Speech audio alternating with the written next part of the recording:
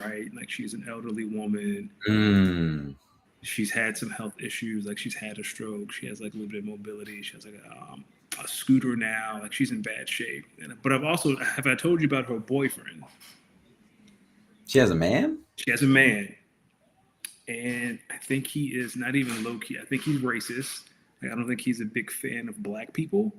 Like if he speaks to you, he's probably drunk because I believe he is also an alcoholic. Mm. Last night, Now, are they yes, they are. okay? Yes, Okay. they are fair. Very. Mm. They yes, Okay. they're yes. So like he has the cul-de-sac. Like he's bald up top. He has hair on the side. He has a ponytail. So sort of like you, I don't have. without the ponytail. Yeah. So last night, because you know I installed a camera over my door because they had that man at the door who was selling stolen stuff. So the camera's still there, even though that man is gone. I hear a knock on the window, and I check the camera, and it is the boyfriend. It's the scariest shit. I'll download the Ring video and send it to you. He looks scary as hell, looking at the camera in the dark. Anywho, so I opened the door. He was like, "Hey, did you guys get a package today for us?" And I was like, "No." Well, first he said, "It's your neighbor." I was like, "Yeah, I know who you are." And he was like, "Do you have a package? It's for us." And I was like, "No, we didn't get anything for you guys. Like our doors are 10 feet apart, right? Like if we Mm-hmm. had gotten something for you, I'd have just slid it next door." So then he says, "Yeah, it's her depends." Indeed, when I tell you, he held that a second too long. Like at first, I thought, like, "Are you trying to insinuate that we up in here stealing your girlfriend's diapers?" Like we. So I Wait, almost. it's her what? It's her diapers. It's her depends. A de- a Depend is an adult diaper? Yeah, depends are adult diapers. Okay. I'm already not mature enough for this conversation. So I mean, like I said, she's had health issues. Like it makes sense. But like I said, he Oh, stood. He stood there like a second, like almost like he wanted to be like, "Are you sure?" And I almost asked him, "What the fuck you think I'm gonna do with some adult diapers?" see, you're better than me because once he would have said it's depends, I would have said, well, I can tell you what don't depend on anything up in here, and that is diapers. We don't need them, sir, so we wouldn't steal them. Like I But was like, I ain't got. if we see a package, we'll I'll say something. So he said to me, he was like, "Yeah, they sent a picture saying it was delivered," and I was like, "So did you look at the picture? Did you see whose door it's in front of? Because all of the numbers to our doors are like the numbers to our units are above our doors. So if there is a package of someone delivered, like you can probably see where it's at. So did you look at the picture? Does it look like my door? You see it every day." And then he walked away. Wait, you said this through the Ring camera, right? No, I opened the door. See, I'm not opening the door. I'm speaking to the Ring camera. Ain't no damn package here, Nick. I almost did the way he was looking at it, but because at first, like I thought when he knocked on the door, he was knocking in a way. I was like, "Oh God, like did that lady die? Like is something wrong? Does she need some help?" And then he was asking about some diapers, and I was like, "Oh, Dog. you." Man, I would have sent his ass up the street to Walmart. If you don't take your That's what ass, he did. He got in his truck and he went and bought diapers for her. man, that's where you should have started. I was like, "You really? Are you trying to insinuate?" Now, if you see, I might have called him a CAC.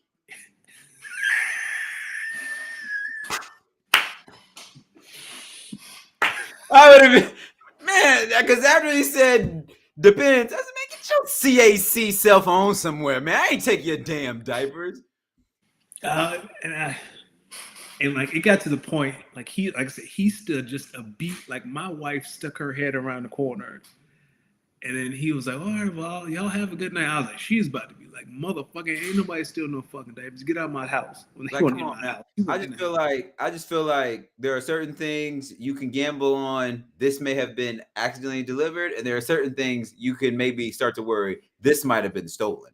This is why always choose the option from Amazon that says hide my packages inside your boxes. For one. I Two, just, think about it, ladies and gentlemen. Hold on. and while you do that, Bam said he looks like a meth head, 100%. He ain't got no teeth. I'm pretty sure he'd be drinking and driving all the time. Oh, definitely. I just, it's just like he, you know what I'm saying? Like he asked the question, I said no. He said what it was. I said no, and then he just kind of stood there. And if you want to insinuate that I stole your girlfriend's diapers, I need you to say that. Go ahead and say it. Honestly, I'm thinking over it again. I might have opened the door because as soon as he would have said diapers, I might have busted out laughing fucking for real. Because it's like, I probably would have been like, yo, dog, if you think at my big age, no, at my little age, that I'm taking some diapers, come from on an now. elderly woman. Like, you don't think I would have just slid the package over to your door? I just know he got in that car and called you a word. Oh, yeah. I said he probably called us all kinds of slurs. Like those, I know those got my diapers. And I'm thinking about buying some and acting like I did steal them. But we're not doing that. See, nah, you gotta do some real shit. You gotta order 10 packets of diapers and just send it to their house. No, I ain't buying them shit. I will not spend my heart on Nah, them. that's how you really stun on people. I'm not stunting. They not getting a penny of my money. But I almost asked him, look at the picture, find the door, and go knock on it. It's not hard. Let's use clues. But also, these are diapers. Why did y'all order them anyway? Go up to the store. Well, I think they're on auto. I feel like they're on like autos, whatever. But he sure enough knocked on my. I'll download the ring footage so you can see. It's the scary. No need. I think I'm envisioning. I think the picture I have in my head is funnier. He looked up, dog, and I was looking at the camera. I almost screamed. I was like, "Oh fuck!" Who was like? He looked like the crypt keeper. Bam said, "Buy baby diapers." Now you talking? Yeah, buy some baby diapers since you want to be a little. Bam, now you cooking. How much sleep did you get last night? Are you talking about the World Series? Yeah. Oh, I turned that shit off. I'm trying to see where my East Coast homies, what was they doing? Because on the West Coast, listen, on the West Coast, I got home, the game was on, I was all right, and I had that Monday Night Football. I was watching Monday Night Football, and then Monday Night Football ends, and I'm like, all right, get back into the World Series. This thing's still going on. This motherfucker is still going on. I'm going all throughout my night, and this motherfucker is still going on.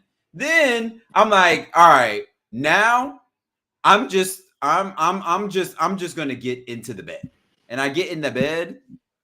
No, I hit the gas station before, so I hit the gas station real quick. Then I hit bed, and as I was at the gas station, I literally said, "Freddie Freeman, he's gonna walk this thing off." But this was like the 12th or 13th inning, because it went 19, right? Yeah, but dog, by the time I got in bed and he actually hit the walk off, I'm like, well, fuck, if I would have bet on that, I would have been out of here. Brother, that thing was on till 2 a.m. on the East Coast. I had been asleep for 3 hours by the time that game went off. I will say, though, one of the best baseball games I've ever watched. That was a classic. What's crazy is Ohtani is pitching tonight. He's pitching tonight? Yeah, he's pitching tonight. What time's the game? For like 10 minutes. It's not like 10 minutes. Because the only game, I think, is Knicks and Bucks on Peacock. Whatever. Yeah, I got Knicks and Bucks over here on the TV, and then in the living room we got Blue Jays and Dodgers getting ready to play. Listen, man, they say the winner of Game 3 has went on to win the World Series like 70% of the time. This Dodgers team, they're good. Could you believe? I don't know. Listen, that game went on so long that the Dodgers pitcher who pitched a complete game in Game 2 was warming up to come back in to Game 3. They had went through their entire bullpen. I will say this: watching that game yesterday, I kind of fell in love with the strategy in baseball a little bit. Let me tell you something. Now, I'm not an advocate of myself wanting kids because I don't know if I really want kids. But if I have some kids, listen, I'm thinking I might go ahead and try to have a village. Try to have a village, maybe like 2, 3, 4. See if we can get some. I See if know we can. people. I know people who have more than that, and they are not having a good time. You know what? You're right. All right. You know what? Off that. Forget me having kids. Let's just say if I ever have kids, though, softball, baseball, you gonna That's see what a you're up to. man. We gotta Here's see the what thing: you're up if to. the Dodgers win the World Series, boy, that salary cap is on the way in baseball. Nah, Don't you? nah, The CBA's up. I'm telling you, if the players are asking for a salary floor, which they are, that means you have to have a salary cap. nah, nah, nah, nah, You don't nah, think so? nah, nah. All right. I hope you're right because Listen, listen. The Dodgers don't even have the highest payroll. The Mets do, and they didn't even make the playoffs. So I just don't. What's the point? Y'all still getting paid, most of y'all. hey, I don't want to see a salary cap, but I know if Me players either. are asking for a salary floor, the owners are going to ask for a cap. No, You that's can't have that. and that's why I say everyone. Jesus, Jamie. God damn. Listen, we're gonna try out some softball and some baseball. That's for sure. We're putting them on the mound. I need to see. Can you pitch? If you're fast, can you be in that outfield? Can you round them bases if you can make contact with the ball? But I will say, watching some of them pitches last night, yo, dog, how the hell are you making contact? Don't know. And shout out to Will Klein, who came in. He was the reliever, like the relievers. But he came in those last like 3 or 4 innings. He was dealing. He was in there dealing, and he had never pitched like more than like 30 or 40 pitches, and he threw like 60. That's crazy. It's the And World Series, though, man. he was dealing too. I'm He was. sorry. I'm not a big baseball guy, I'm not either, but I've been but watching the Shohei postseason. Otani looked like the best player that's ever walked this earth. Like I A don't lot of know. people are saying that. Yeah. Alex Rodriguez was literally just saying that in the pregame coverage. He was like, "Yo, I've been playing a lot of baseball. I've never seen anything like this guy." Like I don't know a lot of baseball. I don't know. I watch Barry Bonds a little bit. I watch A-Rod a little bit, but dog, this Shohei another beast. Listen, there's a player in the NBA who we're talking about later who plays in San Antonio. Yes. Last week, it made me say, I have never seen a basketball player like this. This might be really scary for the league. Yes. Same level. Like, we're gonna talk about your Mavericks. I saw that game last night, boy. That was Dog, this might be the worst season. I'm already checked out. I'm already checked out, dog. Ladies and gentlemen, welcome to episode 202 of the Speak On It podcast, brought to you by the great folks over at Going for Two. Shout out Jamie in the chat. He made a song about Going for Two, and he dropped a banger ass line about us, Danny. He dropped a banger ass line about us. Excuse me. You already know when you see this Nas phase, it can only be one brother, the good brother, Losty Mix. Joined every Tuesday by the smoothest bald head here on the East Coast. Well, they're on the East Coast, I should say. Mr. Danny Ocean, how we doing today, my brother? We're doing great. It's been a great week at work. I work half day tomorrow. I have to go to a fair on Thursday. There's gonna be a lot of food there. So Do y'all get Halloween off? Like, are they not teaching the No. kids? No, but next week we have Monday and Tuesday off. Monday's a wellness day and Tuesday's election day. So nice, 5-day weekend coming up? No, 4-day weekend coming up. Yeah, but a lot of y'all ain't even voting. You take your ass to work. Nope. Wait, is election day an official holiday? It is here. I don't think it is here. It is here. Well, if it is, no one had told me because I damn sure I'm planning on going to work on Tuesday. Yeah, well, where I work at, the place where I work at is used to vote, so it's gonna be closed for voting. So I ain't complaining. Yo, a lot of y'all gonna take Tuesday off and not go vote. Funny, but not funny. Somewhere, especially people like us, there's some ancestor looking at you like, man, I got my ass beat and died, and you just gonna sit here. Listen, I heard somewhere that what's my man name? Al Sharpton was a confidential informant. Yeah, that's not right. How you a confidential informant and running for president?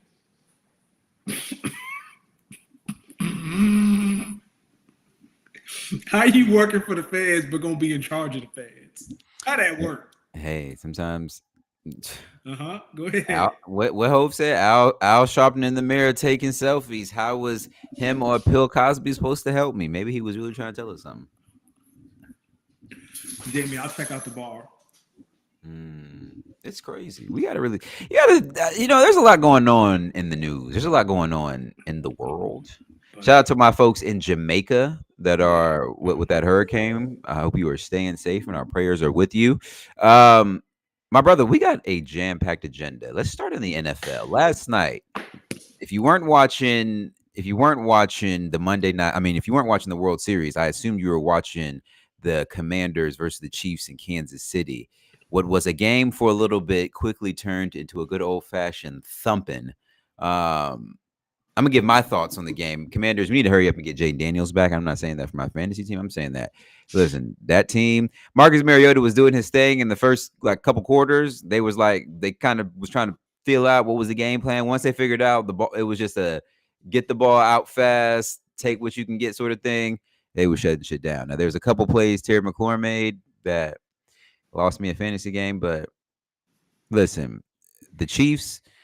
The Chiefs look scary, man. The Chiefs look scary. What's funny is, and we're going to talk about it when we get into the NFC East section, the Chiefs and the Eagles offense, to me, both look really good. And I just keep hearing one team is extremely scary and dangerous, and the other team, who happens to be the defending Super Bowl champions, y'all just acting like they some scrubs. I don't know, man. it's the damnedest thing. I don't know, but the Chiefs, man, they listen. They've outscored their opponents. I think the last 3 weeks by like 80 some points, 60, 70, 80 some points. Yeah. They're one of the best point differentials in the league. I mean, the Chiefs look like the Chiefs, and they look like their GM's probably on the phone wondering what trades can be made here in this last week or so before the deadline. My thing is, who in the AFC would fucking trade with the Chiefs?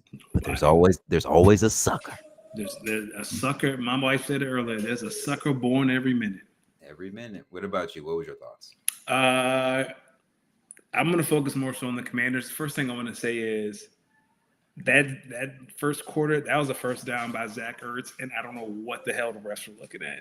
Like that first down, they brought in the measurement. I thought that chip was supposed to determine if someone crossed the chains for a first down. Apparently, that is not the case. For the Commanders, they lucked up into an NFC Championship game last year. Thought they were contenders. Signed a bunch of old people, and now those old people are hurt.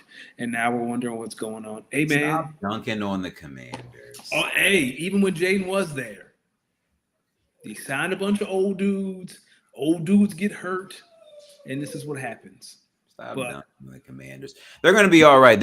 When Jaden's in there, that offense is going, and their defense is able to play a little bit differently because likely they're not playing from behind or they're keeping it close. I mean, the offense looks a little bit differently. I do think, a little bit of a pass rush could be helpful. But listen, there were some plays where they had the Chiefs dead to rights getting off the field, and they're making bonehead decisions like late hits and stuff like that. Like that's not. I mean, that's not smart football. I don't know. I think the Commanders are going to be all right. I think they gotta get Jaden Daniels back. They got to keep him healthy, and they got to start telling them, hey, slide a little bit more, or help get out of bounds. We got to keep this guy upright because listen, they're 2-5, and they were like 11-5 or 12-5 last year. I believe I can only see them losing like one or two more games for the playoffs look unrealistic. Remember I said last year, like all those one score lucky bounces, like the Chicago game and all that stuff. Like that's not reliable. And now that Chicago game, that game looks even worse now on paper because that was a game they should have won. Yeah. Going to the rest of the slate of the week 8 in the NFL. Sunday night, ladies and gentlemen. Now, do an ISO. Sunday night, ladies and gentlemen, let me tell you something.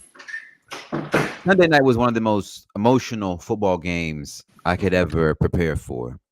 Imagine if your favorite athlete of all time played your favorite team of all time. Someone that has just brought you so many fond memories. Someone that you just, when you think about the great times, some of your great memories as a fan is synonymous with this person.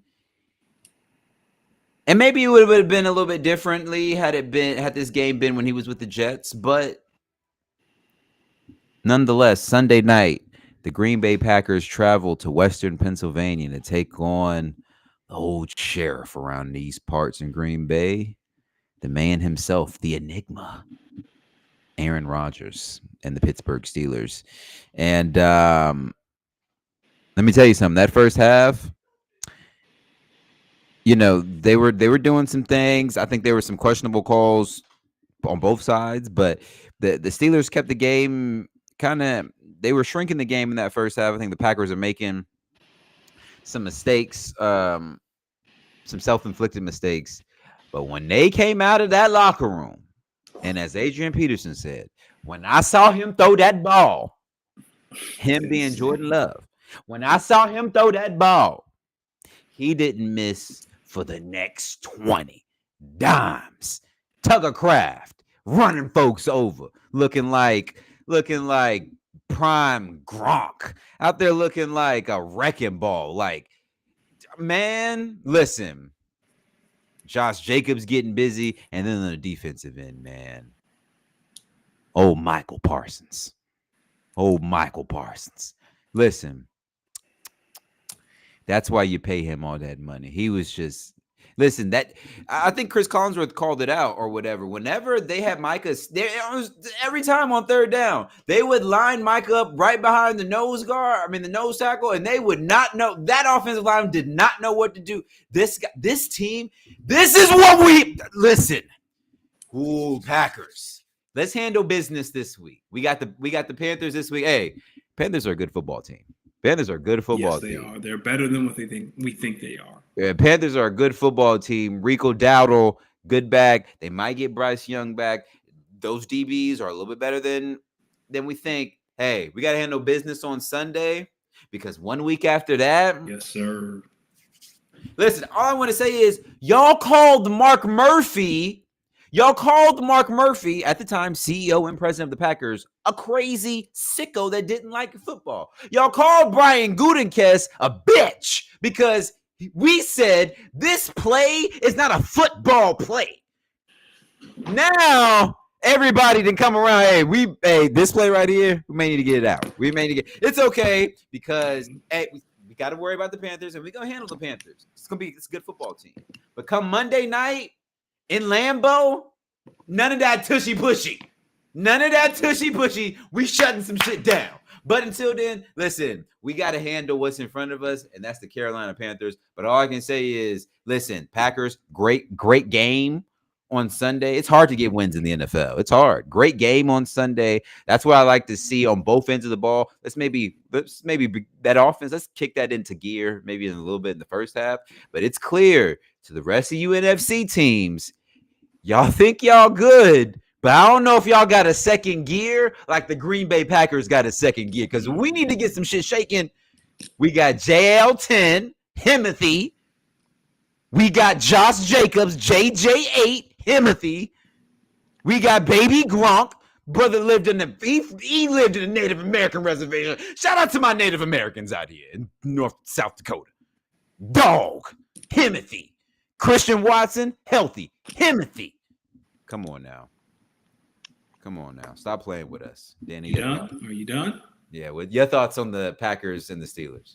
I thought it was a good game. I think the second half is the Jordan Love everyone thinks he can be, but too bad he a dickhead, and we don't see that every week. So I'm glad you got a half of it. Hopefully he can keep it up because next week kind of game, he'll have a dickhead performance, and you'll lose 21-10. I've seen y'all's corners. We gonna be all right. I'm talking about Carolina. I'm not talking about us. Oh, I thought you were talking about the Eagles. I was like, my brother, we talking about the Packers and the Steelers. What are we talking about? Carolina though, I will say to your point, they do have some good corners. JC Horn, they got some dudes. So which would be funny. This would be the game. I'm calling it now. I think this is going to be a Josh Jacobs game. I don't think it's going to be I don't think this It is need going to to. be. I don't think this is going to be a Christian Watson game or a passing game. I think this is going to be a Josh Jacobs game. These corners for the Panthers are really good. But yeah, I do have a question for you though. What's There's up? only one team in the NFL right now that has 3 wins over current teams with winning records. Do you know who that team is by chance? I think the Eagles should be one of them, right? Yeah, there's only one, and it's the Eagles. So I hear you. I'm excited that you're excited, but don't forget who in charge here. Like Who? you got you the 1 seed in the NFC. You got a little tie. That's a half a loss. That tie gets more and more hilarious. That tie gets more and more. No. You know what I keep thinking about? What's more hilarious? And I'm gonna wait to the end of the season to look back on what's more hilarious: the loss to Cleveland or the tie to Dallas. Well, it's going to be the tie because that's going to give you the 1 seed. Like I promise you, that half a loss is going to get you the 1 seed. Now that loss to Cleveland looks ridiculous if you've seen everybody else in our division play the Browns. But we all like we lost to the Giants on Thursday night, right? Like I think every team has a bad loss that they can get over, but a tie, a half a win, a half a loss. The happiest person was Jerry Jones. Hey guys, we can win any game this season. We can lose a lot of games this season. We can't lose this one right here. The best of both worlds for Jerry. He said, we didn't win, but we didn't lose. And Micah didn't ruin anything. Jerry was like, perfect.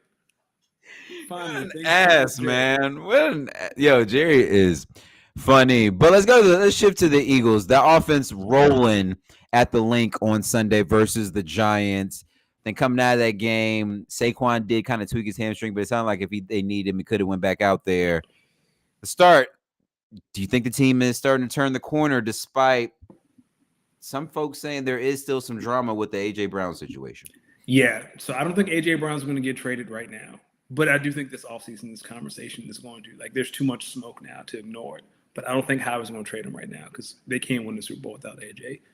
In regards to the offense, buddy. And the team wasn't even healthy. That's the scary thing. The team not even healthy. So we come off the bye next week, and who got to get healthy? Cam Jurgens, the center, got to get healthy. Nolan Smith coming back from IR. Brandon Graham coming back from retirement. Who else is hurt right now? A.J. Brown, obviously. A.J. Brown coming back. Yeah. Let me ask you something. Skip. They might have to go to another game because the Eagles are smoking the Packers so bad. But what were you about to say? That passing attack was kind of cooking on Sunday, right? That's me. So people like, oh, it looks better without AJ. Dog, the Giants secondary was to their practice squad players. Like it looked great, but let's have some content. Like Jahan Dotson is mossing a man who was on the practice squad last Wednesday. So you're saying in order to beat, the good teams in the NFC, like the Packers per se, you're going to need A.J. Brown. 100%. Okay. The Eagles do not beat the Packers or the Bucks or the Lions without A.J. Brown. I don't know how that's a or the Rams. Or the Rams. Like they don't beat any of those teams without A.J. Brown. Okay. Speaking of ties, Kyle said he remembered in 2014 the Bengals and the Panthers tie, and the tie allowed both teams to win their respective divisions. Yeah, like that. Like I feel like, especially if y'all beat the Eagles on Monday Night Football, like that tie is going to. I can tell you some teams who are actually looking back on it, who are probably towards the end of the season are going to be mad that we tied. Eagles, the Lions, yeah, the Bucks, Rams. Yeah, I feel like the half a loss is going to seal the 1 seed. I 100% believe that. Like, here's my thing, and we're going to get back to the Eagles after that. I've seen this team get the 1 seed way too many times. Yeah, but you still want it, though. You still want that bye week. I still want that vibe. Yeah, you still want and you still want everybody to come to Green Bay in January. It would be. Do I? Maybe I want us to go somewhere and play one. I don't know. The Giants, speaking of, they come out of that loss with a bad injury to Cam Scatterbo, who are praying gets better. Shout out to Big Dom for bringing in some cheesesteaks and pizza. The I think they're Giants were that. related. I think them two are related. It is confirmed that Cam Scatterboo is not Italian, by the way. Oh, okay. The Giants, they've lost Cam Scatterboo. They've lost Malik Neighbors. Where do you like what if you're this offense and Brian Daboll, like what do you do at this point? They're just not they're losing their good players. So how do you even grade this season for Brian Daboll and the team? I think it's more so the development of Jackson Dart. And I know Sunday he made some throws. Like, did you watch that game? Like, what's that throw to the tight end who dropped it? Like, even Tom Brady was like, oh my God. I think it's more so Jackson Dart putting his teammates in the right position. You know what I mean? Like, is Jackson doing what he can? First of all, he need to learn how to slide. He taking way too many. He gonna look like Jaden Daniels next year. He keep taking all these hits. But I think you can grade Jackson Dart on the curve. I think he's looked great. He's my dynasty, going to Superflex next year. Spit a draft pick on Jackson Dart. Looking real smart right now, especially when Malik Neighbors comes back. I'm so glad you mentioned that. I was walking home. I was walking back to my car. And I was looking at my all money in team, the Las Vegas Horn Ducks. You can't even get it out. It's sad season. It's what happens when you lose Mike Evans and Malik Neighbors. And I'm looking over my team. And I literally said, yo, this league is so fucking lucky that I gave them the option of 3 years instead of 2 years on the Superflex. Oh, yeah, because Bo Nix would have you in a lot of games. I honestly think, man, listen, it's okay because this season's a wash. I'm not going to win. It's clear. It'd be nasty.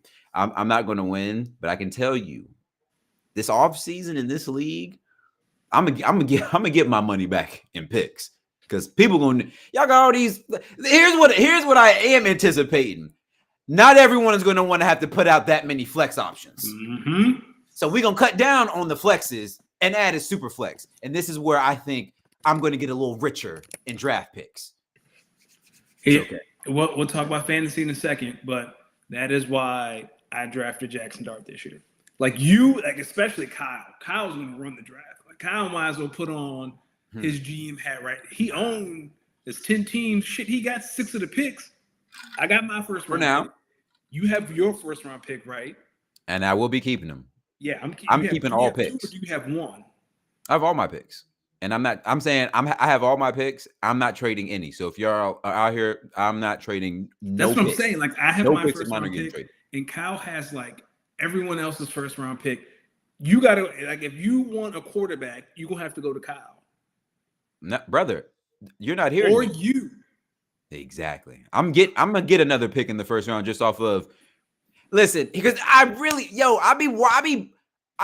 be watching y'all scores because I be so salty about my fucking team and me giving the option. Oh my God, if I could go, that is one of my worst fantasy blunders. There's only 2: trading away Jonathan Taylor. 1, 2, giving people 3 years instead of 2 years on that. Oh man, even without Jonathan Taylor, I would be cooking the last 2 years. Josh Allen and whoever at Superflex. Are you kidding me? It's whatever. I'm gonna get my money back in blood. Oh, yeah, Street said. So Cal said he would like to trade for one of your quarterbacks. We'll talk about it. He can give you a ransom. We'll talk about it. Because I got Josh Allen, Jared Goff, Bo Nix, JJ McCarthy, who's another wild card. I got to see if he paid out. Oh, and then we got the old sheriff. I ain't putting shit on JJ McCarthy. He out there, he can't play on a sprained ankle, but Carson's shoulder falling off his body. Nah, I think Carson just didn't want to leave, and they just riding the right hot end because he was winning games. Let me tell you something. If JJ McCarthy turned out to be half of what Bo Nix season was last year, and then his sophomore season comes into what Bo Nix was, I'm telling you right now, Listen, I lucked into Daniel Jones. I got Jackson Dart, and I got Jalen Hurts. So we good over here. Yeah, it's gonna be so good. But yeah, like that, you and Kyle, especially Kyle. Bam, all you got is Lamar.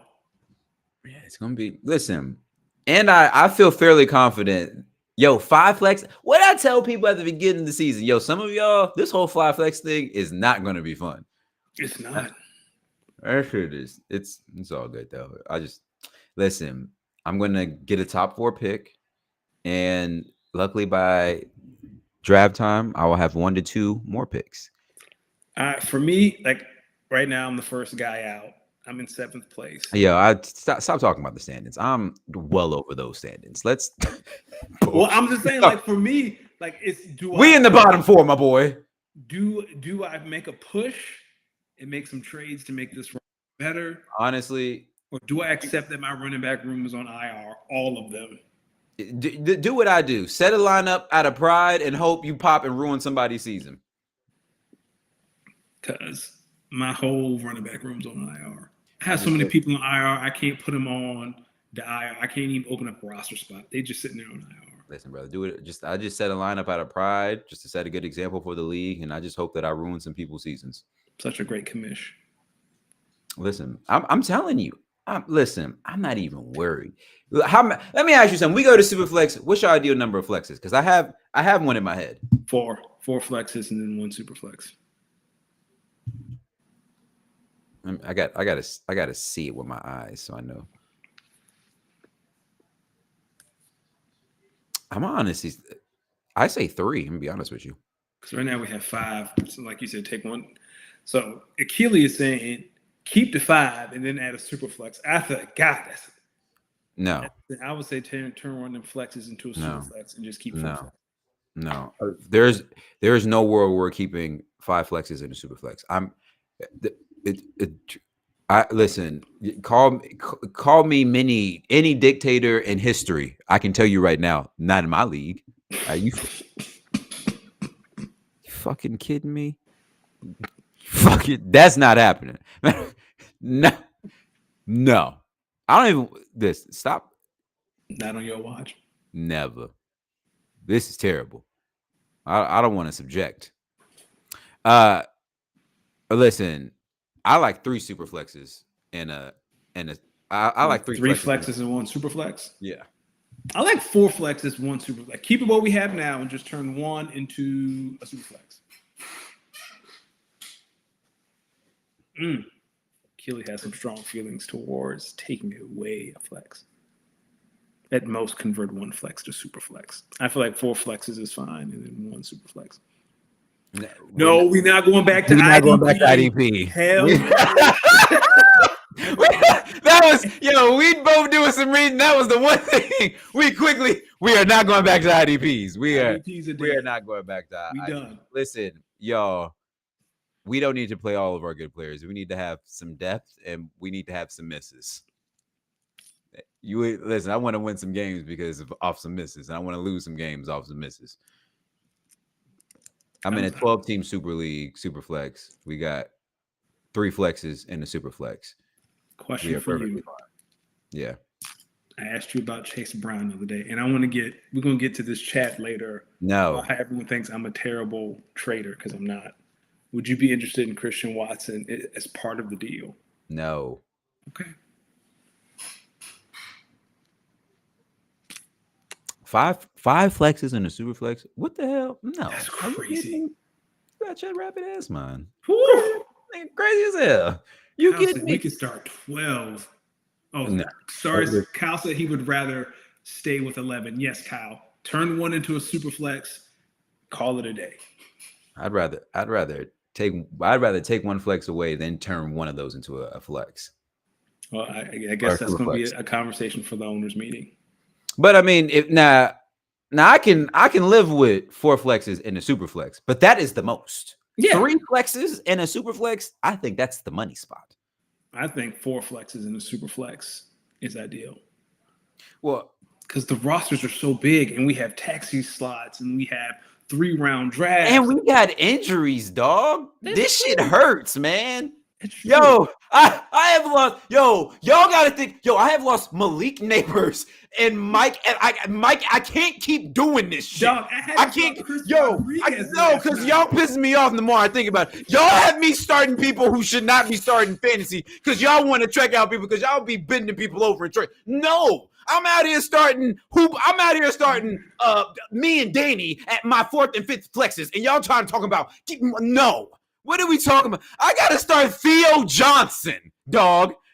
Theo I had to start Johnson. Chris Rodriguez. I gotta start. Like, what are we? I had to start Chris Rodriguez. Jameson Williams ain't caught a pass since his days at Alabama. I'm sick of this shit, man. I don't want to do this. I have to start Rashid Shaheed every week.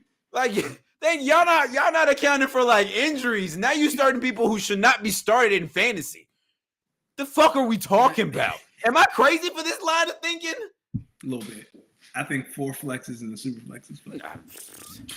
Listen, I think if anything, we should all have one player on our team who's maybe just a deep person to add. You get the 5 flexes, dog. You might as well put high school players on your team because that's who you get. Yeah, 5 flexes and the super flex is too much.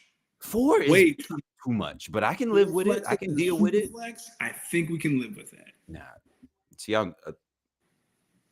it's always.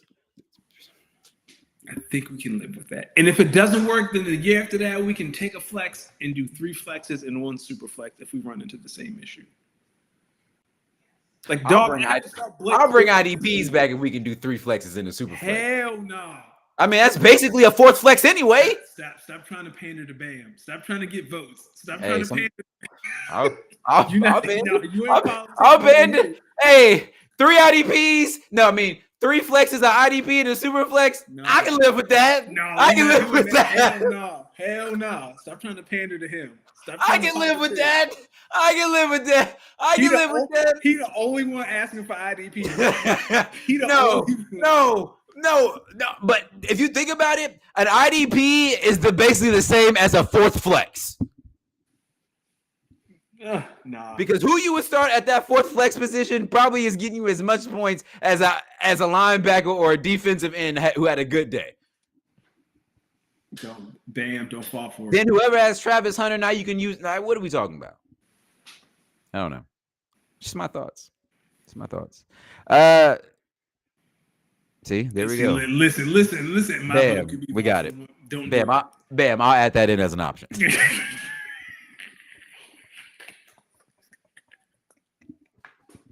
I'm gonna get that added to the ballot. I'm gonna add that one to the ballot. I can tell you what's not on the ballot though. For TJ Watt is crazy work. Now the thing, no, but seriously, a 4th flex and an IDP points wise, not that different. Kyle, Akili, tell me if I'm off.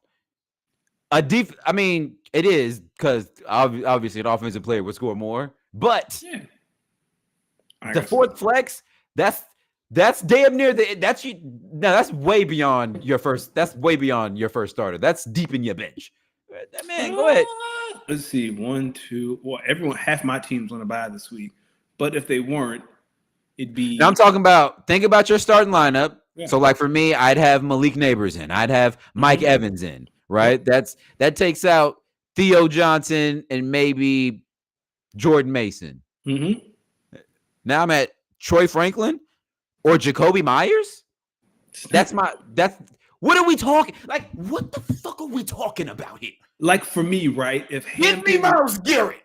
If you had Myles Garrett as an IDP, how many points? What was it? 4 or 5 for sacks? I think it was 5. That's 25 points, dog. You beating somebody off of having Myles Garrett on your team. Yo, stop playing with me.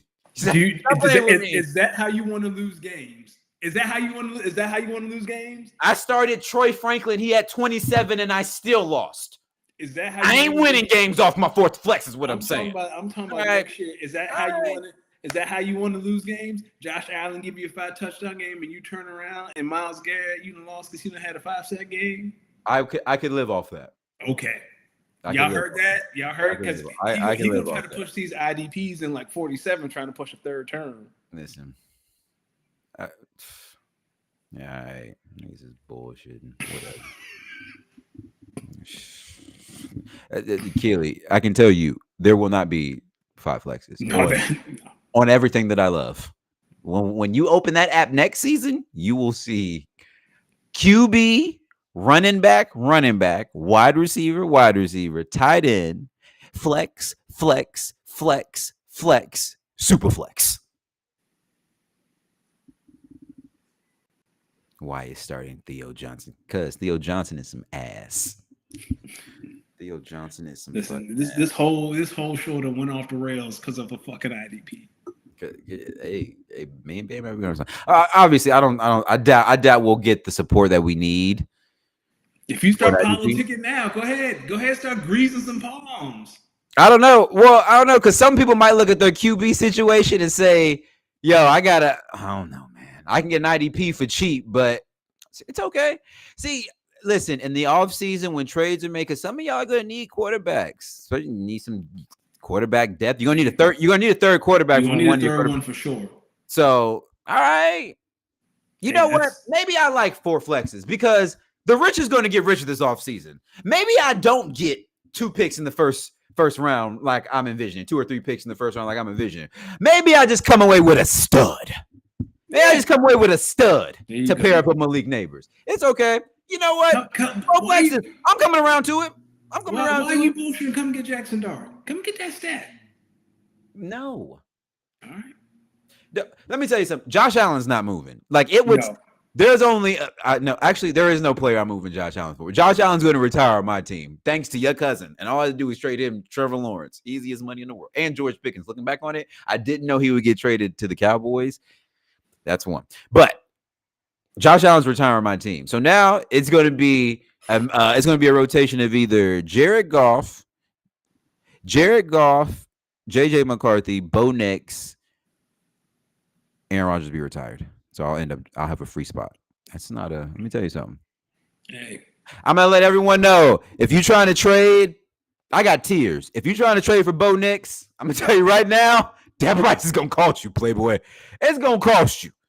You're trying to trade for JJ McCarthy right now, might be a buy low target, but it ain't cheap buy low. It's just a buy low. Now, the sweet spot, if you're trying to trade for Jared Goff, let's work out something. We might be able to get a deal for we might be able to get a deal for Jared Goff. We might be able to get a deal. What about a deal rooted in? But I'm gonna tell folks right now, Bo Nix, I'm taking someone to the cleaners if you're trying to get Bo Nix. No, I'm just playing. Jackson Dart can be part of a Bo Nix deal. I'm not saying I'm gonna really try to trade. I'm just saying it's gonna be at least the first round. And okay, that's fair. That's fine. Would you be interested in the Jackson Dart? Kyle might be. Listen, I'm thinking about it. Well, I'm talking specifically to you because you have Malik Neighbors. Now, why are you trying to move Jackson Dart? I'm just talking it out. I'm just talking, man. That's all. I know how much you like stacking stuff. So a Malik Neighbors Jackson Dart stack I might want to hold on to Jackson. Listen, I like Josh Allen. And I like Bo Nix because I do have Troy Franklin. I do have the Troy Franklin Bo Nix stack. So, but I'm probably going to keep Jackson for real. That will be a fun play next year. But Tyler Scott, whatever my man name in New Orleans, who getting a start. Daniel Jones might be for sale for the right price. Wait. Did you just try to sell that starting quarterback? No. I'm not. We're going to get back to the NFL. We in our fantasy section, clearly. But we're going to get back to the NFL. Let me tell you something. The Saints, all right. In another league, I do got Spencer Rattler, and there is a portion where I was trying to maybe sell him off. He is ass. The Saints is ass. Y'all got to pray. Because Arch Manning not coming out either. Y'all got to pray. Yeah, and Kyle was quick on that trigger Sunday because as soon as Shits and Grins was like, hey, man, I need a quarterback. I sent him the same trade, but it was with Spencer Rattler instead of Marcus Mariota. Jason made the right choice. Did he? I don't know if he did. I mean, Spencer Rattler was in the negatives, dog. I dropped him today. Spencer Rattler had to come in my offense. We had to have a conversation. Yeah, my QB room, they're just excited about next year. I promise you, we will be a perennial contender going forward. We're gonna get our top 4 picks. We're gonna get another another really good player, and then. But what's funny is, well, what's not funny. My team in maybe 2, 3, 4 years, I'm gonna have a lot of really good dog. Last year, I couldn't find people to. I had a hard time choosing who to start. This time, goddamn, No, no, it's the easiest decision ever made. like Mike Evans and Malik Neighbors. I just knew. I just knew. I just. You know what's funny though? Since we're talking about fantasy, so this by far was my worst week of fantasy across my 9 leagues. Hmm. Um, so this week in fantasy, I went across my 9 leagues. 1 second. Across my 9 leagues. What the hell? What the hell, Batman? Well, so Um, why you do that? Oh, you do you have the record? Because yeah, yeah, I got it. okay, go ahead. So last week in fantasy, I went across 9 leagues, 3-6. My worst week in fantasy so far. Part of that was because of the folks I had on bye. I have a lot of Jameer Gibbs, and the Lions Hmm. were on bye last week.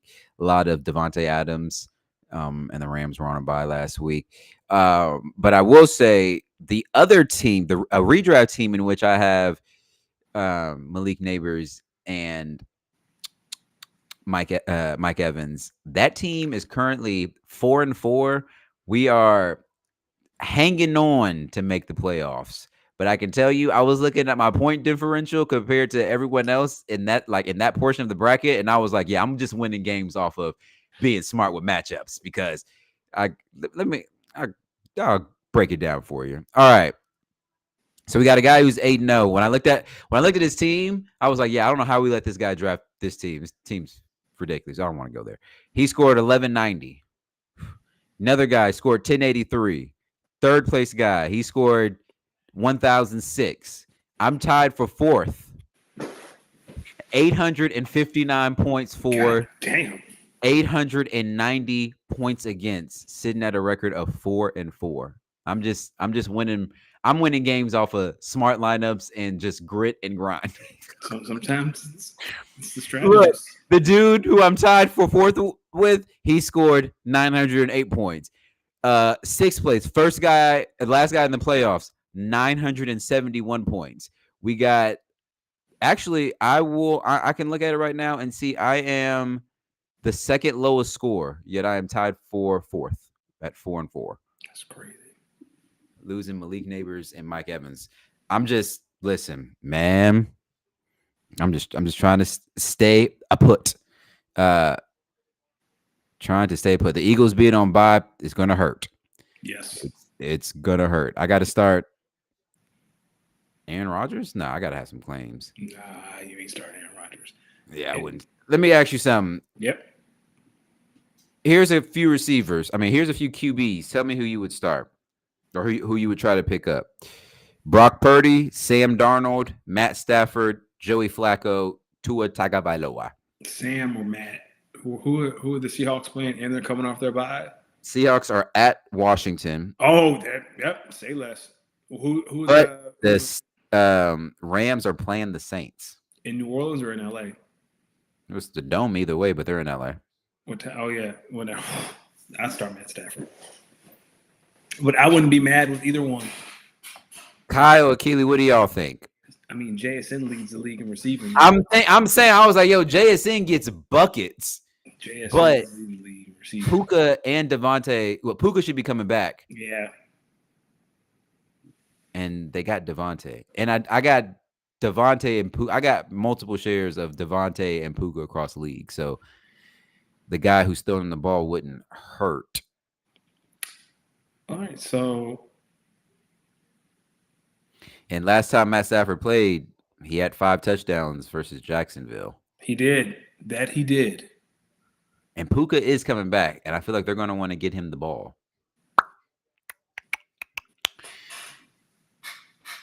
Well, so why Cal asked about the. He said, "What trade was I so offended about?" I wasn't offended because I offered Rattler for my third round pick. Same offer you made to him, but instead of Marcus, it was Spencer. I was afraid that everyone was in there making me sound like I was some sort of terrible human being and I'm a off general manager. I'm gonna pick up Matt Stafford, and I'm going to drop the sheriff and Aaron Rodgers. That's a good idea. Kyle, that's why I was offended. Everyone, I have done business with almost everyone in our league, and no one has came back and said, "Man, I feel like Danny swindled me." Yeah. Listen, even in this league, I'm telling you, like I'm projected to score 107 points, and I got everyone in the lineup. God damn. Yeah, I mean, Aaron Rodgers. Right now, the starting lineup: Aaron Rodgers, James Cook, Rico Dowdle, Wandale Robinson, Jalen Waddle, Dalton Schultz, Brian Thomas Jr., the Packers defense, and Will Reichert. Listen, man, My brother, just enjoy the games on Sunday. Just turn on Red Zone and enjoy it. but look, the matchup I have. I mean, let's see. Oh, yeah, they got me projected to get waxed, and he's got somebody on bye. Listen, we're gonna be all right, man. Here's the part though. 9 leagues, and even after that 3-6 performance, I still have a positive record this season. 42-30. I have listen, I have a 7-1 team. What I tell you, that little team with the contracts, that team, we just find ways to win. Now, Bam is gonna get, I mean, not Bam. Akili gonna get his lick back this week because the Horn Ducks play the champs this week. So he gonna get his lick back. But boy, in that contract league, oh yeah. I bent Akili over and I just belt to ass. What'd you say? Belt to ass. Belt right to ass. We're 7-1. That team, I feel good about that team. I might want to push my chips all in and go for it because I feel real good. So I got a 7-1 team. I got a couple of 6-2 teams. Let's see. A couple of 6-2 teams, 5-3 teams, a quartet of 4-4 teams, and then the Las Vegas Horn Ducks 2-5. We might be 2-8 or 2-6. We won our first 2 games and have since proceeded to lose 6 straight. So, I'm sorry. Am I a bad manager? It's just one of those years. It's just one of those years. Yeah, you just got to deal with the injury bug. I think I can't be a bad manager because I have 9 leagues and I have 3 teams that are well above 500. No, 4 teams well above 500 and 4 teams who are right at 500. So, yeah, I know what I'm doing. It's just sometimes you just draw some bad luck. Malik Neighbors and Mike Evans. What about you, my brother? How did you do in fantasy? I lost in every league this week. So you just enjoying the games too. What are your records? What are your records? We're not gonna talk about my records. We not. Like our redraft league, I've never had worse luck in my life. Like Scatterboo break his ankle. Like I was like, when he broke his ankle, I was like, fuck it, dog. Like I'm just gonna have to pay someone's dues next year because this league is over. This is what's Bam's record in that league? He beat me. He's in front of me by like 2 games.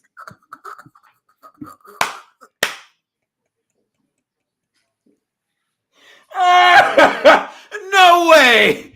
Yes. Oh man. You know what? I keep losing by the smallest of margins. Oh, that's the wrong league. Here it is. Kyle says he's willing to supplement. Honestly, the way my cap hit, I don't know. I might have to. I only got $11 million. $11 million. I don't know. Bam has 1 win more than me, but he has a tiebreaker because he beat me head to head. I'm 1-7. He 2-6. Like I'm gonna have to go on a serious run. Like this team. My brother, it's okay. No, yeah, it's cool. This team over. You could have stopped that. I got to go on a serious run. It's over. Yeah, it's over. Like I've had many, team meetings. It don't work. My team in that redraft league is the most hot and cold team ever. You know what I'm starting to realize? I'm looking at some of my rosters and I'm like, yo, I have so many good players. What is, and it's on these particular teams where I drafted one particular player and I'm wondering like why my team is so up and down. Every league that I have Brock Bowers in. And I was like, because I think back, a lot of those leagues, they were either tight end premium leagues or Brock Bowers was the best player available. So I'm looking up, and I'm like, that's why my team isn't. I ain't got my. Listen, You ain't got Brock. Gino can't keep throwing these picks because you got to catch balls. Crazy. I'm crazy. I'm bugging. It's true. That was just that should have been a pause moment. All right, let's get back into the NFL while we can. Let's quickly hit on some of these later topics. The Colts, they just dismantled the Titans. It's not funny. I'm sorry, Cam Ward. Jonathan Taylor looking like he can be an MVP candidate. Yep. Danny Jones looking like he's doing his thing. We keep talking about it, but now the Colts sound like they want to keep Daniel Jones long term. Do you think that's a smart play for them, given the team's success and where they're at right now? The question is, where are you going to find someone better, right? You're too good to draft a young quarterback. I think Anthony Richardson is gone. Like, where is the better option? You don't have one, so you got to stick with Daniel Jones. Yeah, I think you really shake the locker room if you go in there after a 7-1 start and you don't come out and say you want to keep this guy long term. Yeah, you look to lock this guy down. Now, if I were the Colts and Chris Ballard, that GM, 3-year deal, buddy. Yeah, he getting that Sam Darnold. You get 3-year deal, buddy, because just on the listen, year 1, you did your thing. You earned your money. Now, year 2, if that's a fluke, year 3, it's gonna be the money year. So yeah. Shout out to the Colts though, man. They look like something. They look legit. I mean, they got a lot of weapons. That defense is pretty legit. Jonathan Taylor, let me tell you something, man. They might be an MVP candidate. Staying in the NFC East. Well, going back to the NFC East, I should say. The Cowboys went out west and got handled by the Broncos. Off the Cowboys. Are you sure the AFC West does not run through Denver instead of Kansas City? It's Kansas City until someone beats Patrick in December and January. Like, he's done it too many times. Will they won 10 in a row? 10 AFC West in a row? Like, they won a division? Like 9. Something like that. Yeah, it's his until someone takes it. What about the Chargers? You think they could? It's Patrick's until someone takes it. I think if there's a team, I think if there was an overall team that could beat the Chiefs, I think it's the Broncos. I think if there's a quarterback who could do it, I think it could be Justin Herbert pulling out a miracle game. Just a Jay Herbo. I could see a Jay Herbo miracle game late in the season to give the Chargers the tiebreaker over the Chiefs because they beat them in week 1, and then I could definitely see like the Chiefs losing one more game, like the Chiefs having to play that they need the Chargers to lose 2 games game. Yeah, and I got it won't you. happen. But they're the Chargers though. They're the Chargers. Hey, not with Joe Alt out there. When Joe Alt on the field, boys is some hitters. Still Justin Herbert. Speaking of things that still aren't the same, there is not a 0 in the New York Jets win column. There is a 1. But some things that are still the same, that Bengals defense. Brother, they were up 16 or 17 points in the 4th. It got to the point where every time red zone turned back into the Jets Bengals game, I was like, wait a minute. What happened? Yeah. Then it was like, wait, they getting closer? Then I was like, Breece Hall 2-point conversion? All right. Then it was like, a Breece Hall touchdown pass. And then I'm like, what the hell? And shout out Breece Hall. He helped me beat Achilles. I was like, that was good. Hey, Mason Taylor. It's Mason Taylor. Shout out to him. Hey, listen, man. Aaron Glenn. I love to see a black man win. Congratulations, brother. Now, Justin Fields, got to clap it up. I saw you. You handled that criticism well. Went out there and played. Your owner said you an ass quarterback, don't know how to throw. You went out there, you threw that ball. Congratulations. Is it the same way he threw that ball? Nah, he just threw that ball. Okay. Listen, he eventually will get Garrett Wilson back, and now we talking about something. Now, on the Bengals side, the Ravens won, but the Bengals were ahead of them. The Steelers, who were ahead of the Bengals, lost. How big of a blow is this for the Bengals and those playoff chances and the chances of maybe getting Joe Burrow back and making a run. Yeah, I think this is the game that they're going to look back and be like, "Damn, that was it. Like that was it." Jets might win 2 or 3 games all season. Yeah, I feel like it for the Bengals that you said to yourself that's the one that got away. Mhm. The AFC North this year is well back to the Bengals blowing that lead. Is it just me or teams blowing bigger leads this year more than ever? Like the Giants blew that lead to the Broncos, Bengals blew that lead to the Jets. It just feels like the leads aren't safe anymore like it used to be. Right? Remember the NBA? It's like, man, you had a 15-point lead in the fourth, it was safe. Now it's not. Or am I just bugging? Listen, it's because they try to play too conservatively. They try to start running the football. They just listen. You just gotta keep your foot on the gas, but you gotta do like the Detroit Lions do. You gotta do like the Detroit Lions do, except against the Packers. I don't like what I do versus the Packers. Couple other notes. Shout out to the Ravens on their win. Shout out to the Texans on their win. That was a really good Texans win. They went over. They just dominated. Shout That time outside of of that, possession was insane. it was insane. Outside of that, it was a lot of blowouts. So, what a nasty week of NFL football in general. A lot of blowouts. Even last night's game was a blowout. Yeah. We do want to send our heartfelt condolences and thoughts and prayers to the family of Nick Mangold. He passed this Sunday. Hit the football community pretty hard. I could just tell by the reactions from former teammates, both at the Jets and at Ohio State. And all throughout the football community, he was just a great man, great father, great football player. So our thoughts and prayers are with his family. That's very, very unfortunate. Indeed. All right. Into my one of my new favorite parts of the show, our pick'em section. Danny, listen. Last week it was a close one on the pick'ems. It was a close one, separated by a game, but you need that game. You're trying to catch up. So now you went from being down 3 games to now being down 4 games. You are now 48, 43 and 1, and I am 52, 39 and 1. You did call the Eagles. You did call the Chargers on Thursday night. That was your big one. Outside of that, we were kind of hand in hand on a lot of picks. Mm-hmm. That Saints over the Bucks pick, buddy. Not good. And I'll be honest with you, we kind of look crazy as hell for that Falcons pick because who saw that coming? Boy.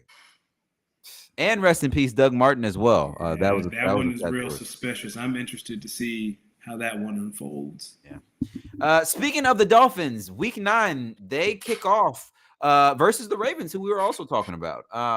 Thursday night football. I think this is a big win for both teams. Essentially, if you're trying to stay in that playoff race with both teams, it's a big one. It's going to be down in South Florida.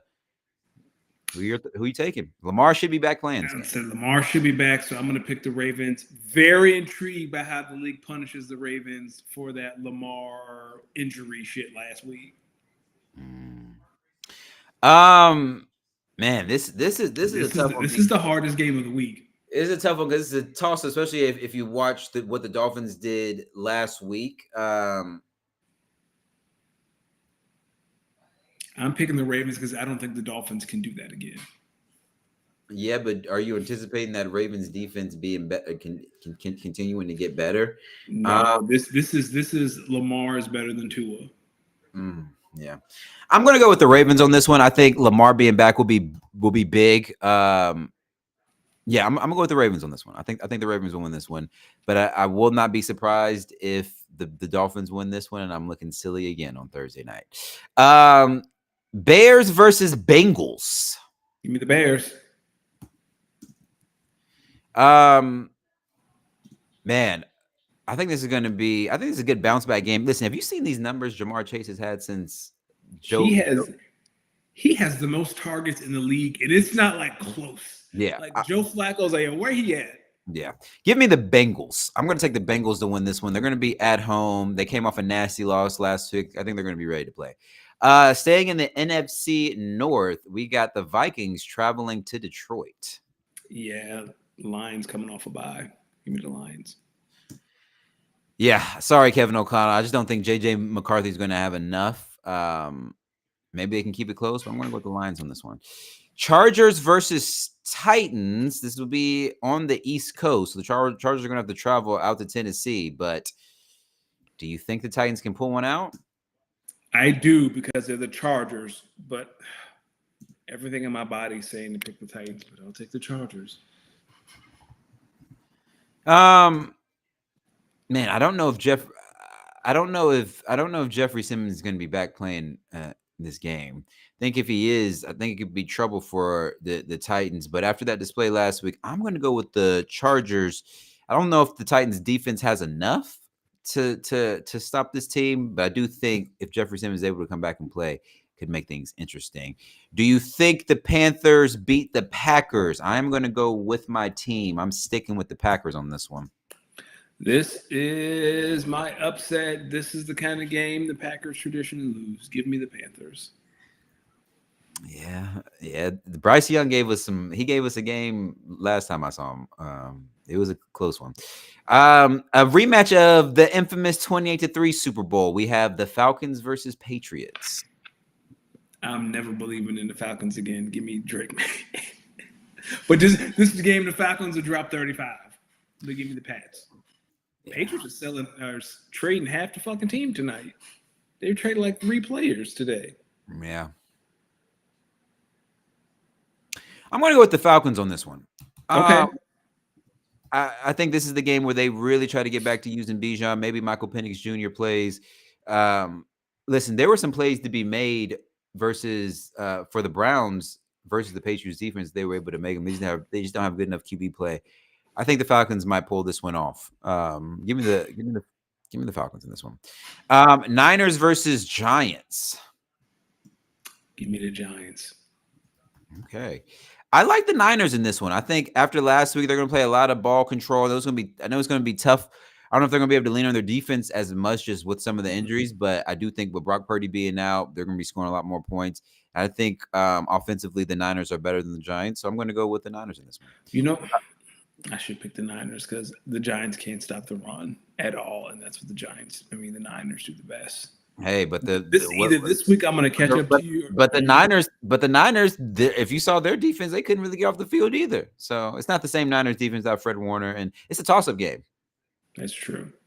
Here's the thing: either this week I catch up to you, or this is the week you pull away for the rest of the season. I mean, we gotta. I'm taking some bold. I'm taking the Patriots. I'm taking the Panthers. But you didn't take the Titans. But I'm not taking the Titans, which is crazy. Which I should. That's how bad football is in Tennessee. It's okay. Hey, Titans, y'all can get it together. Colts versus Steelers. Now, this is the Colts traveling to Pittsburgh.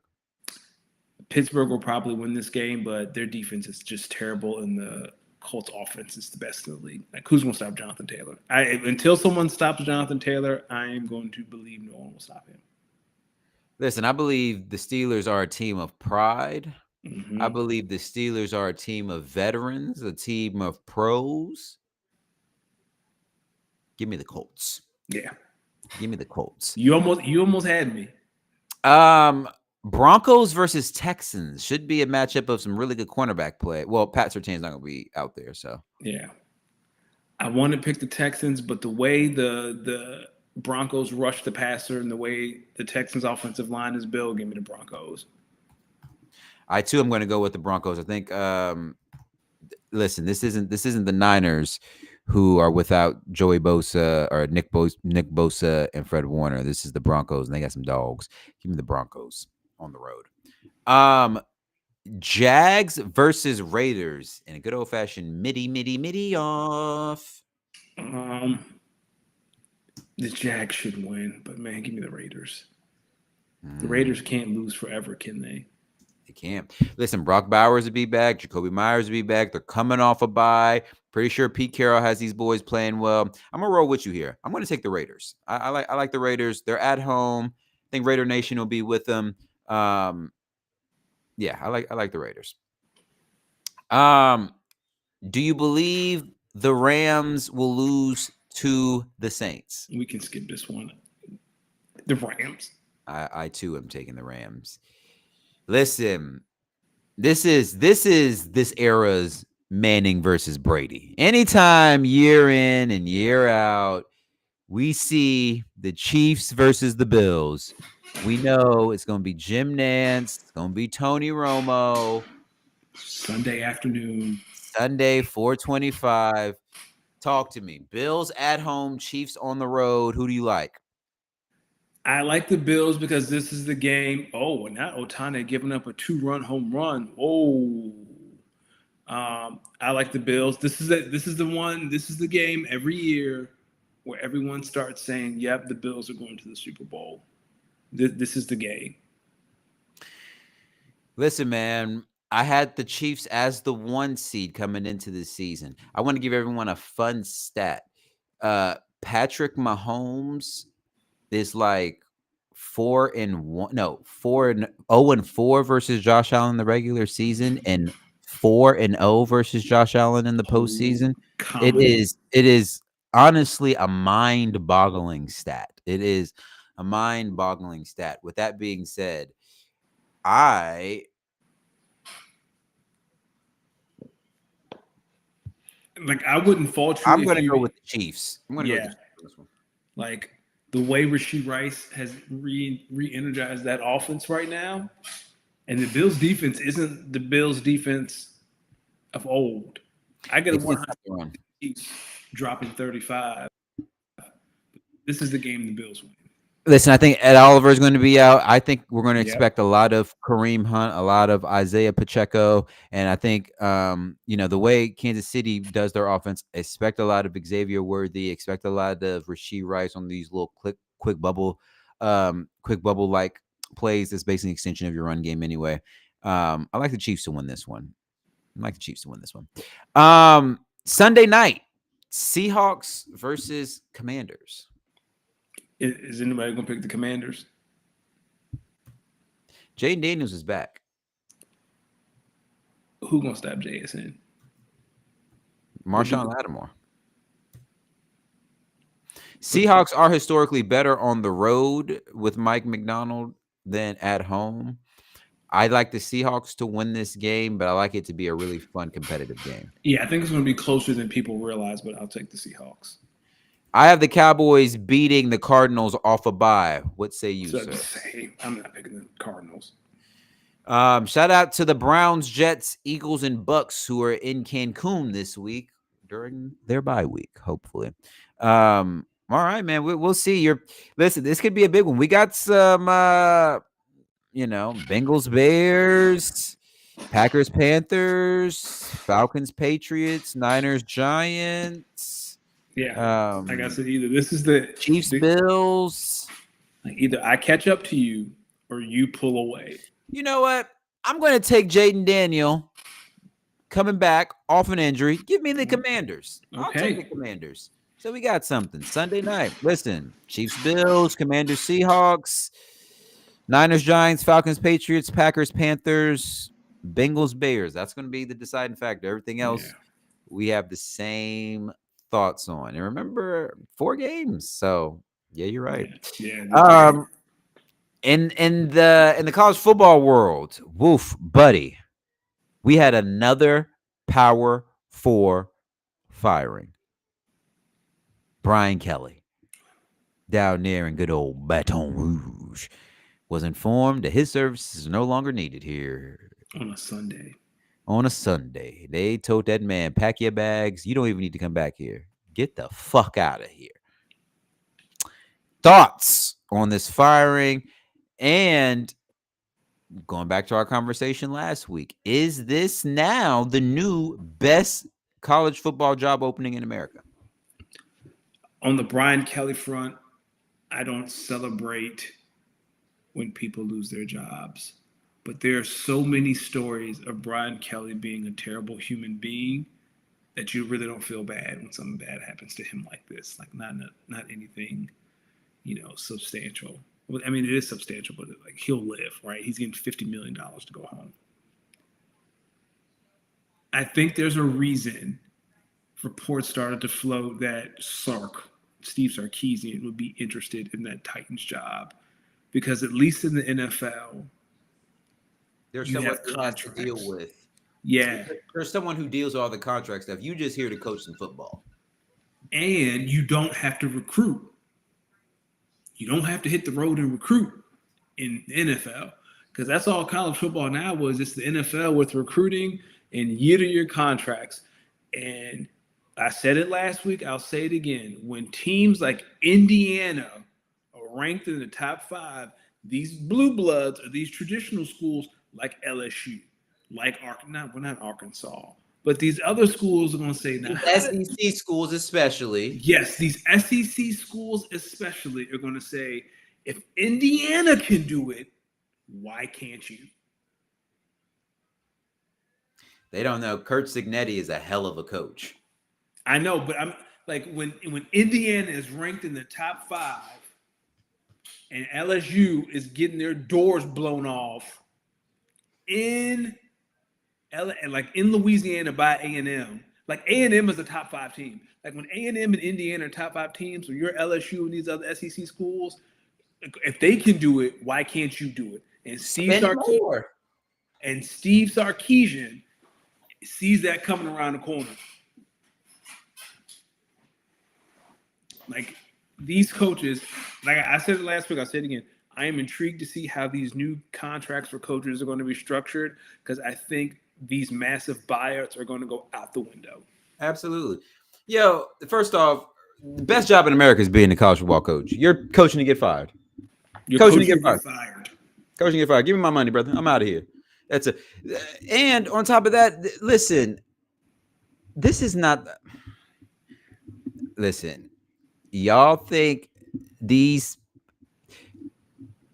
government gonna step in because y'all just can't be doing this. Yeah. This is getting ridiculous. And I feel like the government's going to step in and say, yo, no, either I hear what you're actually now it's making me think what you're saying might be right in terms of they're going to start structuring these contracts different. They're going to be like, yo, from now on, instead of, but then I don't even know, how do you even structure them differently? How do you create a governing body where everything, like people listen? Because right now, the athletes have all the leverage. And if there's one thing we know, this country is not going to sit around and let young people have the leverage for long. Like someone going to get this shit together. Yeah. Especially since a lot of them are young people. This is donors, boosters, people who say, hey, I'm if y'all don't fire this coach, me and my XX million, we out of here. But here's the thing, though. Like I was reading about to a coach who's having a bad year and say, hey, buddy, see what they're doing in Indiana? You're not doing this. You're out of here. I was reading that part of Brian Kelly's firing was, I think he's owed $50 million, and they were like, yeah, we ain't got it yet, but don't you worry, we'll find the money, get him out of here. Oh, wait, they ain't even got the money to. No. Here's my thing is, all right. If they'll now do that is crazy. That's what I'm saying. Like these buyouts, and if we're in a spot, right? Like we I know people like, what do you think about race? You're in a spot right now where a bunch of young black athletes have the leverage to get this money.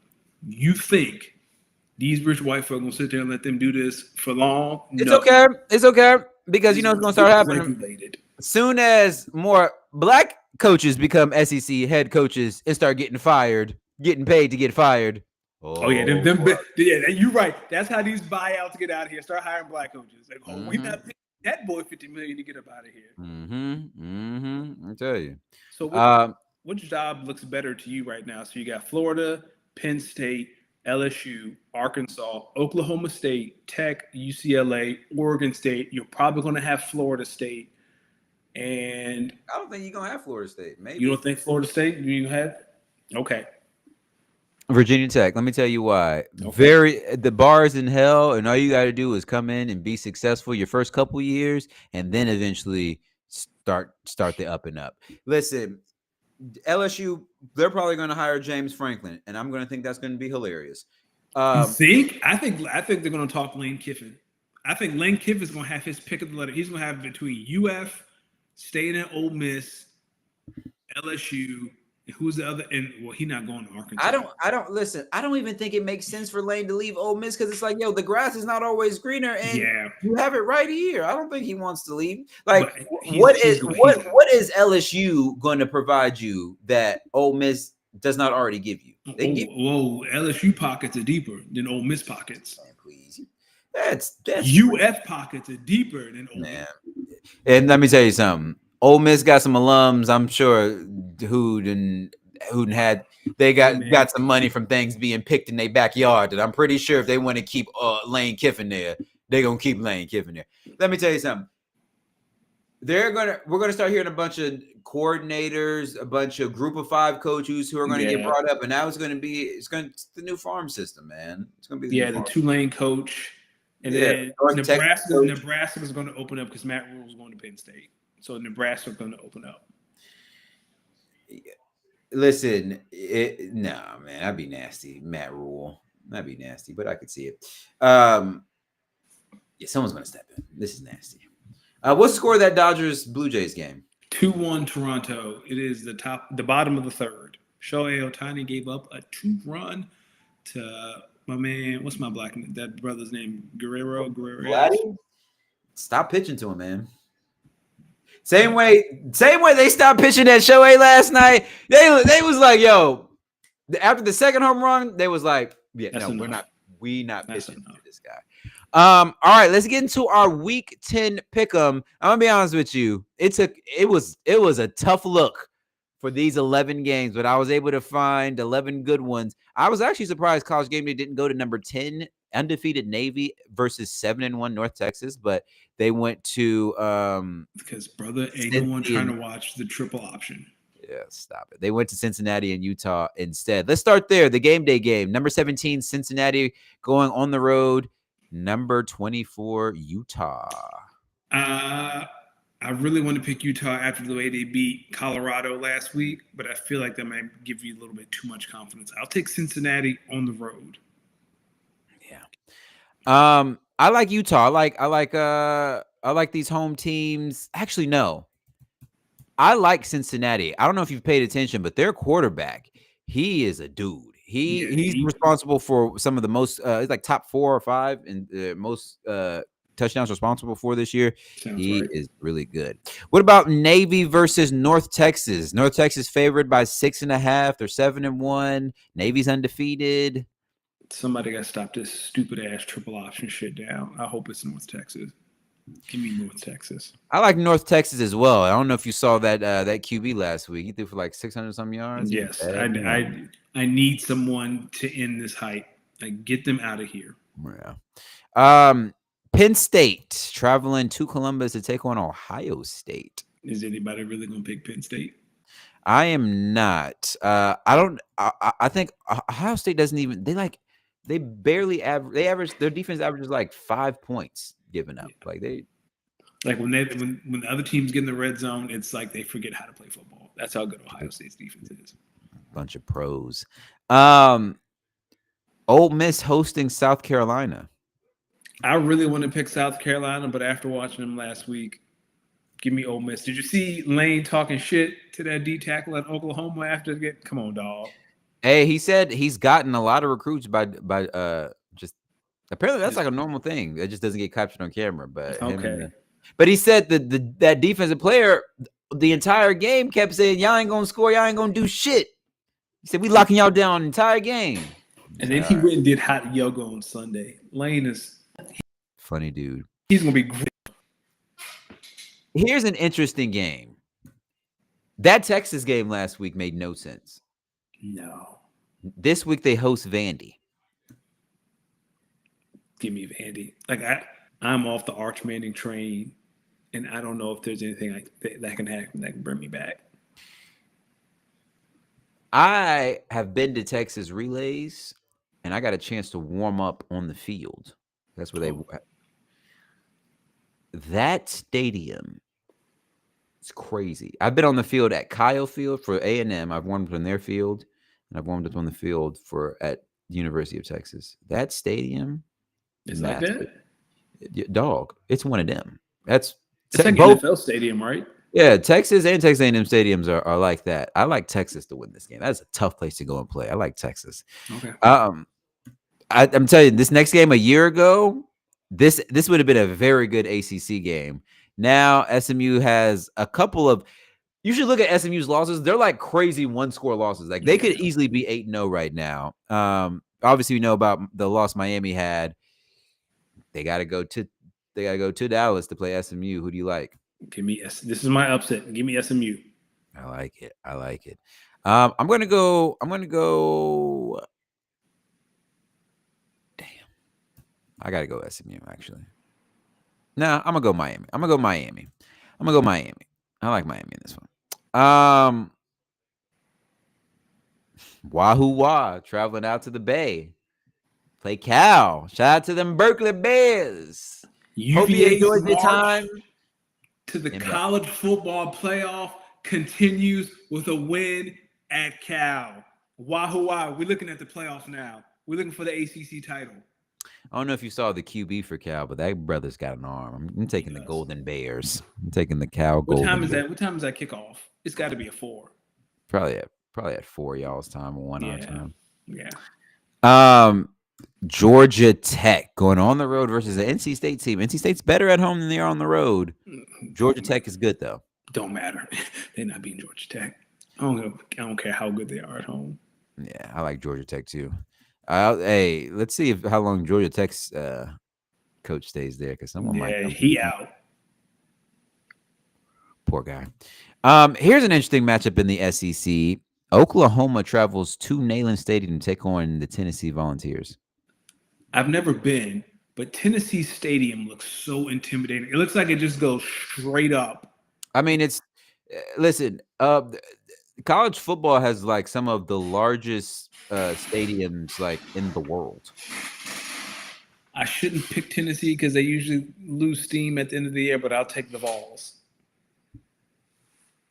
That should be the Saturday night game for real. Should be. Listen, John Mateer, that was a tough game back last week. Who did they play? Gosh, I'm acting. Oklahoma just played somebody that was actually pretty good, and they lost. Ole Miss last week. Was that? It was Ole Miss. It was Ole Miss. They barely lost though.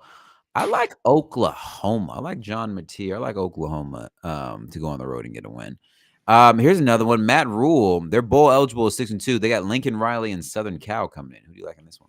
Give me Nebraska. I think Lincoln Riley, low key, might be another coach who's on his way out this year. Yeah, I like.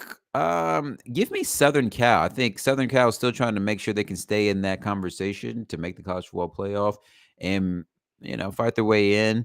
I think Nebraska, they're a good team, so I think, hey, in order to help your resume, you got to beat the good teams on the road. So give me Nebraska. All right, last one. Iowa State, 6.5 favorites at home hosting Arizona State. Both teams 5-3. Give me the home team, Iowa State. It's getting cold outside. I think that plays a factor for the boys in Arizona. Oh, man. I think Arizona State had a tough loss last week. Let me see. While you look at that. Yeah, they did. They had a tough loss, 24-16 to Houston. And really, that score isn't really indicative because they were down 24-0 going into the fourth before Arizona State scored 16 points. I might tail you on that one. I'm gonna take the Cyclones. I think they're still really coached. Matt Campbell, boy, you about to get an offer.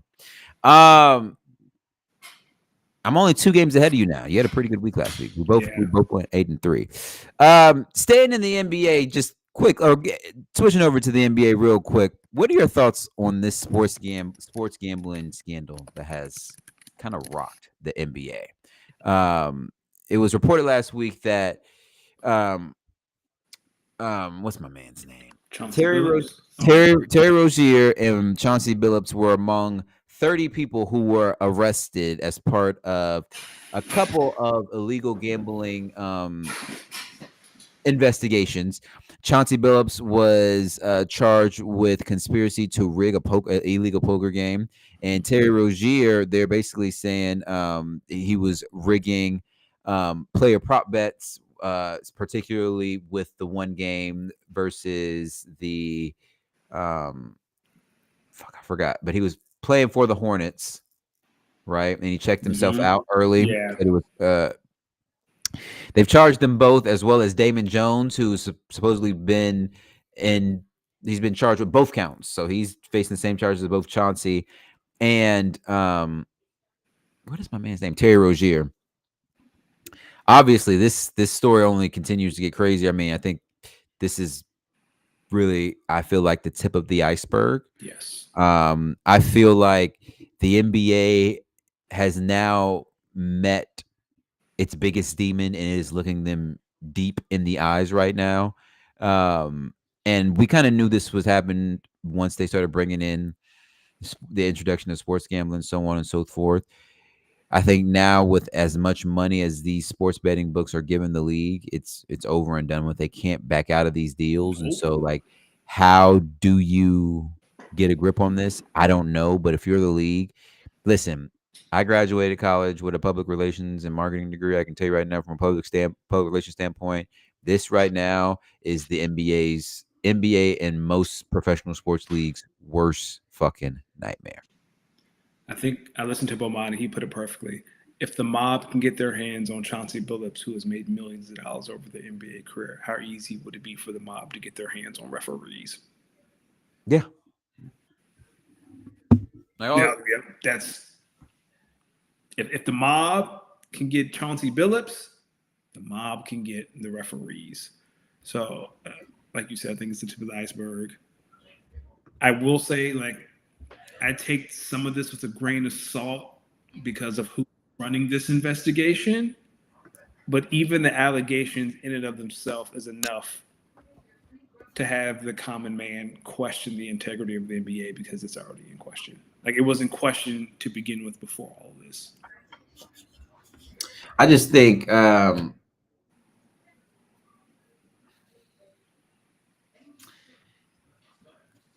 Terry Rozier is the one that irks me the most. Dog, why? Really? Chauncey's the one that, because Chauncey's like scheming his friend. Like, isn't Kevin Garnett a victim? Like, didn't Kevin Garnett get screwed? You know what? Here's the thing with the whole Chauncey thing. I really don't think he had any knowledge. Really? I really think the Chauncey Billups one was, he probably got invited to a poker game, went to the poker game, and then the poker game turned out to be rigged. You know what I'm saying? But it happened. It was multiple games. It wasn't just one game. Yeah. But they're not investigating him for like throwing like basketball games. They just are investigating him for rigging illegal poker games. Has nothing to do with basketball, I think. That we know of yet. Yeah, I know, right? Oh, never mind. I thought that was a home run. I don't know what's my camera right now. What do you think about? Well, let's get to it because I know we're running a little short on time. Dog, is Wemby the MVP already, or should we just give it to him now? Or should we just let the season play out? I think.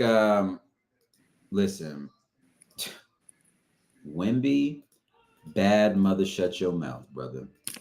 Bad mother, shut your mouth. He had a play against the Mavericks. He blocked a shot, got the board, brought the ball up the floor, sized up Derek Lively, step back three, and I turned the game off. That's enough tonight. I'm good. I don't need to see nothing else for the rest of the year. What's your thoughts on Cooper Flag? He hurt his shoulder last night. I think he's playing out of position. Jason Kidd has him running point for some reason. It sounded cool last week, but after seeing it for 4 games, that lineup's too big. Anthony Davis is hurt. He's probable for tomorrow. It's only been 5 games. Wait, AD hurt already? He hurt already. He is probable for tomorrow. I think it's either his ankle or it's something. But here we go. Luka's out for a week with a bad little hammy, but I can tell you, Listen, He had 90 points. thought about something. Yeah, Philadelphia Eagles last season, all I had to hear about, outside of that damn tush push and how great Saquon Barkley, I kept hearing about these dangerous whites. What the fuck is a dangerous white in Philadelphia? Mm-hmm. Don't talk to me about dangerous whites if it ain't talking about Luka and Austin Reeves. I'm done. Them my white boys. Them my white boys. Dog, the fact that someone let Austin Reeves score 50 on them, was that against the Hornets? No, it was against the T-Wolves. Have some pride, man. And then he put up 40 against the Blazers. Yeah, first off, what do you mean? Austin Reeves gets busy. He does get busy. He does, but he don't get 50 points busy. Brother, what do you? No, Austin Reeves is nice. I never said he wasn't nice. Because y'all be, it's the, come on. I'm rooting for white boy. Cooper Flag is white. You're right, but he ain't Austin Reeves. I don't know if Cooper Flag. Oh, you're right. All I'm saying is, listen, dog. Real quick, did you see that Meg Thee Stallion video? I can see why Clay playing like shit.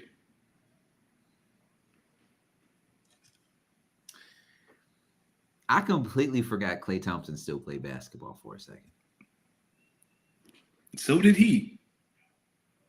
Let me ask you one thing before we get out of here and we start to wrap this thing up. How inappropriate is it? An inappropriate comment if a coworker says you have some of the loveliest skin I've ever seen? Depends on the context and who it is. Right? What's the meme? Sexual harassment compliment? No, it was kind of like you know, in your area at work, you just kind of shoot people, and people were talking about like skincare routines, and I was like, I wash my face, and I just like to, I got face wash and stuff like that, and someone was like, you have some of the best skin I have ever seen. Mm-hmm. That is the sexual harassment meme. The fat guy, oh, call HR. The skinny guy, oh, thank you. That's the meme. That's the meme, brother. Nah, I ain't calling nobody. I don't think it's that bad, but I definitely said, that's an interesting one.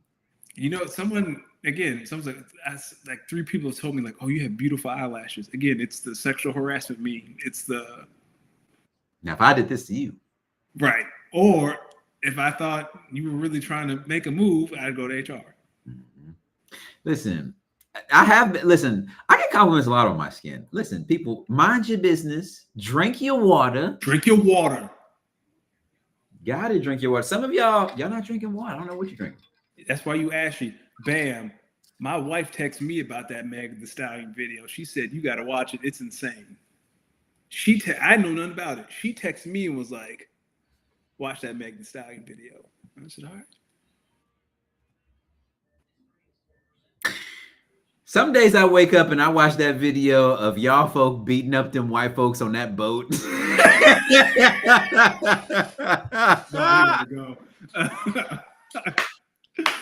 we gotta go. Follow the pod at @speakonin_pod. Follow Danny. Danny, let them know where they can find you. You can find me at Danny Ocean 41. I might watch that tonight before I go to bed. Follow me at LosDemix, LosDeemix. Hey man, I got a busy DJing week. I'm DJing Thursday, Friday, and Saturday. So damn. Listen, I think on Halloween I'm gonna wear my Rey Mysterio mask. I'm thinking about dressing like Stone Cold Friday. Listen, just because you still wear jorts does not mean I'm gonna wear jeans. So I'm gonna wear jeans. I have a black Stone Cold Steve Austin shirt. Okay. You're already met. Stone Cold never wore jeans. He did wear jeans. There are plenty of pictures of Stone Cold in jeans. He wrestled in jorts. He cut promos in jeans. Man, go ahead and get the fanny pack with the black T-neck. I mean, black turtleneck and go as The Rock. I do have a black turtleneck. I can do that. I have a black turtleneck and I have a black fanny pack. That's a great idea, actually. That's a great idea. I need to find. Oh man, yo, oh man, I want to. All right, Jason Whitlock is in the chat. All right, Bam, we gotta go. Bye, Bam. Ladies and gentlemen, Kyle asked, I wonder what happened to all those boat people. Well, they left with their pride, dignity, and an ass whooping. So who cares? Who cares? I still think about my man that came with that chair. Just he smacked the shit out of her.